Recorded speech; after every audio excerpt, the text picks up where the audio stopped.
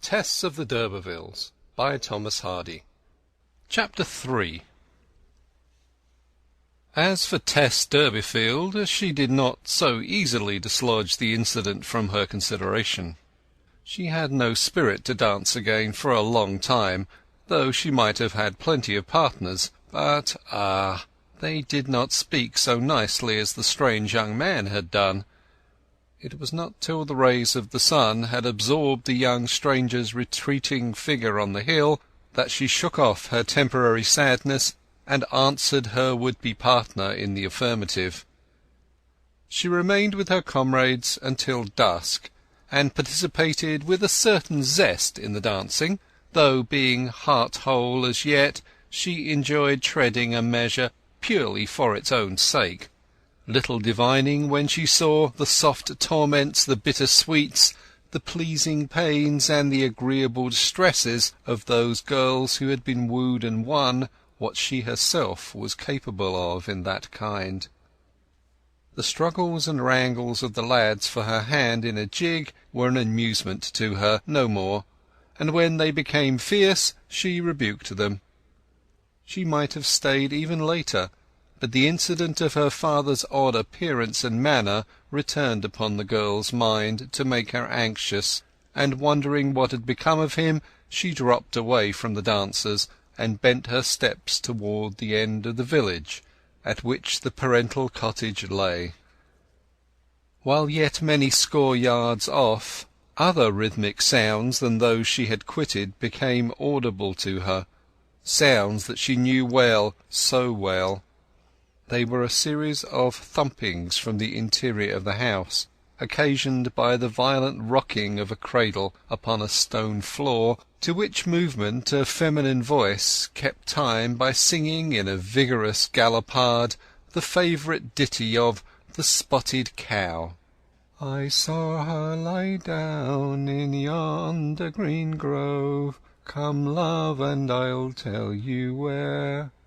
The cradle rocking and the song would cease simultaneously for a moment, and an exclamation at highest vocal pitch would take the place of the melody. God bless thy dimmet eyes, and thy waxen cheeks, and thy cheery mouth, and thy cubits thighs, and every bit of thy blessed body. After this invocation the rocking and the singing would recommence, and the Spotted Cow proceed as before. So matters stood when Tess opened the door and paused upon the mat within it, surveying the scene. The interior, in spite of the melody, struck upon the girl's senses with an unspeakable dreariness. From the holiday gaieties of the field, the white gowns, the nosegays, the willow wands, the whirling movements on the green, the flash of gentle sentiment toward the stranger, to the yellow melancholy of this one-candled spectacle, what a step! Besides the jar of contrast, there came to her a chill of self-reproach that she had not returned sooner to help her mother in these domesticities, instead of indulging herself out of doors.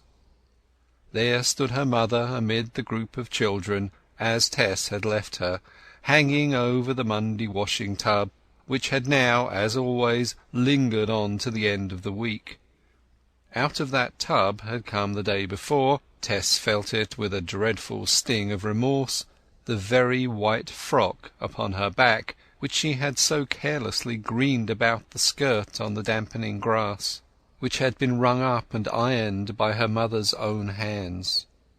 As usual, Mrs. Durbeyfield was balanced on one foot beside the tub, the other being engaged in the aforesaid business of rocking her youngest child. The cradle-rockers had done hard duty for so many years under the weight of so many children on that flagstone floor that they were worn nearly flat, in consequence of which a huge jerk accompanied each swing of the cot, flinging the baby from side to side like a weaver's shuttle, as Mrs. Durbeyfield, excited by her song, trod the rocker with all the spring that was left in her after a long day's seething in the suds. Nick-knock, nick-knock went the cradle, the candle flame stretched itself tall and began jigging up and down. The water dribbled from the matron's elbows, and the song galloped on to the end of the verse, Mrs. Durbeyfield regarding her daughter the while. Even now, when burdened with a young family, Joan Durbeyfield was a passionate lover of tune. No ditty floated into Blackmoor Vale from the outer world but Tess's mother caught up its notation in a week. There still faintly beamed from the woman's features something of the freshness and even the prettiness of her youth, rendering it probable that the personal charms which Tess could boast were of in main part her mother's gift, and therefore unknightly, unhistorical. "I'll rock the cradle for 'ee, mother," said the daughter gently, "or I'll take off my best frock and help you ring up. I thought you had finished long ago." Her mother bore Tess no ill will for leaving the housework to her single-handed efforts for so long. Indeed, Joan seldom upbraided her thereupon at any time, feeling but slightly the lack of Tess's assistance, whilst her instructive plan for relieving herself of her labours lay in postponing them. To-night, however, she was even in a blither mood than usual. There was a dreaminess, a preoccupation, an exaltation in the maternal look which the girl could not understand. "Well, I'm glad you've come," her mother said, as soon as the last note had passed out of her. "I want to go and fetch your father, and what's more'n that, I want to tell 'ee what have happened. You'll be fess enough, my poppet, when's know." Mrs. Durbeyfield habitually spoke the dialect. Her daughter, who had passed the 6th standard in the National School under a London-trained mistress, spoke 2 languages, the dialect at home, more or less, ordinary English abroad to persons of quality. "Since I've been away?" Tess asked. "Aye." "Had it anything to do with father's making such a mommet of himself in the carriage this afternoon? Why did her? I felt inclined to sink into the ground with shame." "That were all part of the larry.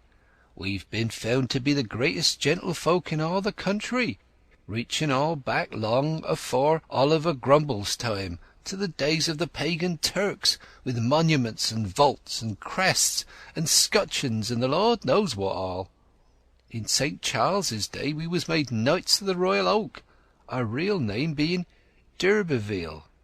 Don't that make your bosom plim? 'Twas on account of that your father rode home in the Villy, not because he'd been drinking, as people supposed." "I'm glad of that. Will it do us any good, mother?" "Oh yes, 'tis thought that great things may come on't.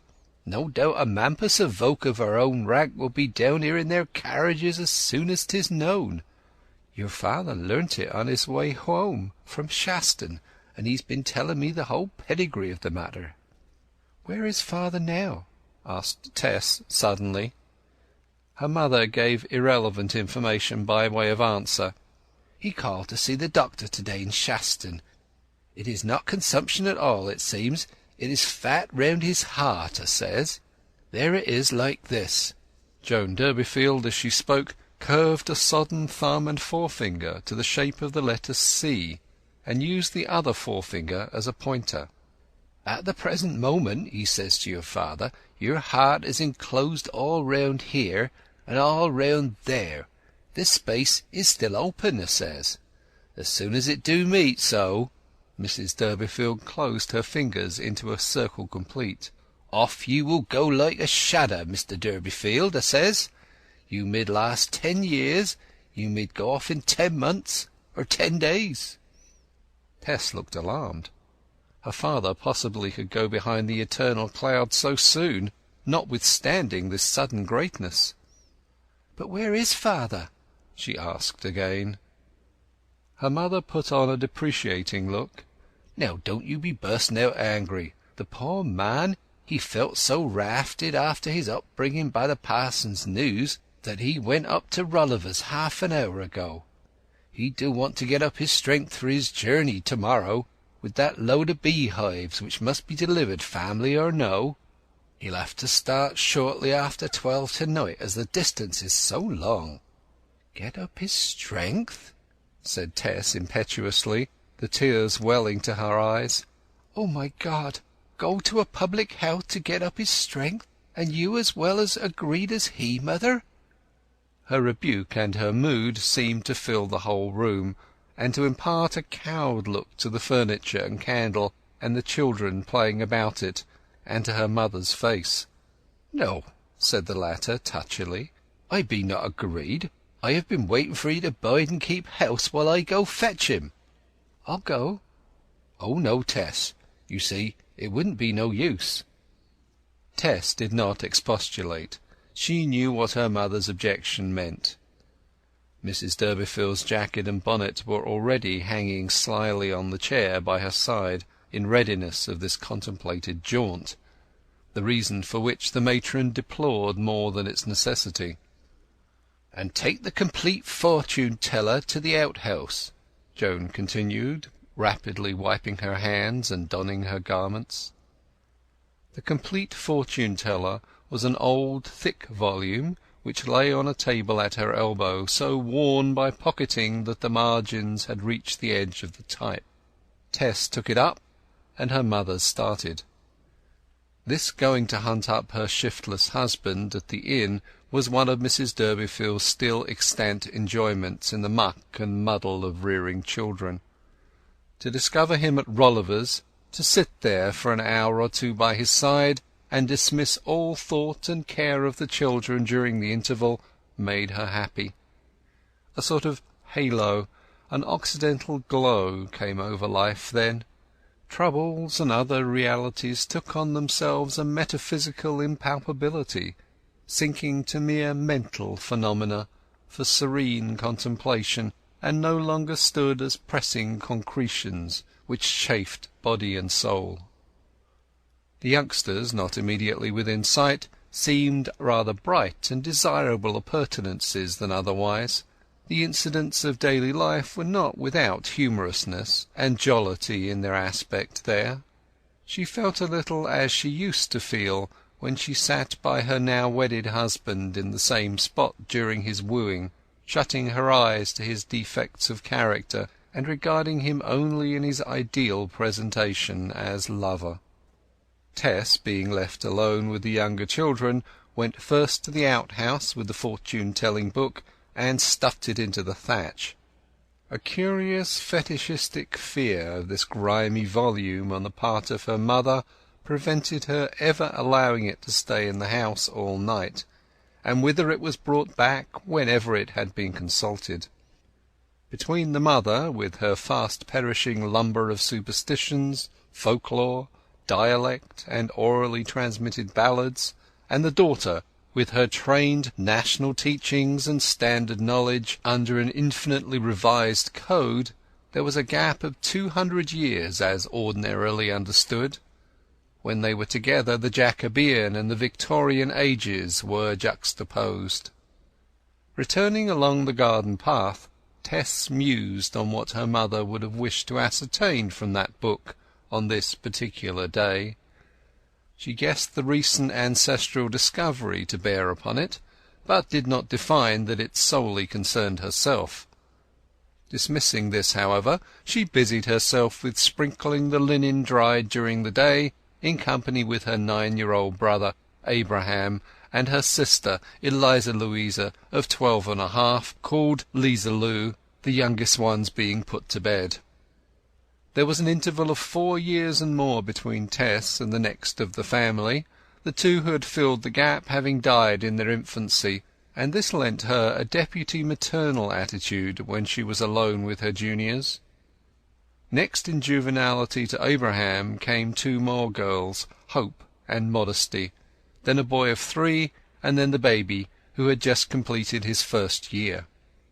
All these young souls were passengers in the Durbeyfield ship, entirely dependent on the judgment of the 2 Durbeyfield adults for their pleasures, their necessities, their health, even their existence.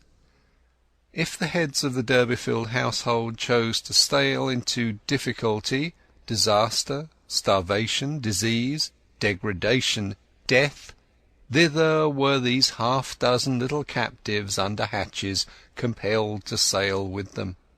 6 helpless creatures who had never been asked if they wished for life on any terms, much less if they wished for it on such hard conditions as were involved in being of the shiftless house of Durbeyfield. Some people would like to know whence the poet, whose philosophy is in these days deemed as profound and trustworthy as his song is breezy and pure, gets his authority for speaking of nature's holy plan. It grew later, and neither father nor mother reappeared. Tess looked out of the door and took a mental journey through Marlott. The village was shutting its eyes. Candles and lamps were being put out everywhere, and she could inwardly behold the extinguisher and the extended hand. Her mother's fetching simply meant one more to fetch. Tess began to perceive that a man in indifferent health who proposed to start on a journey before 1 in the morning ought not to be at an inn at this late hour celebrating his ancient blood.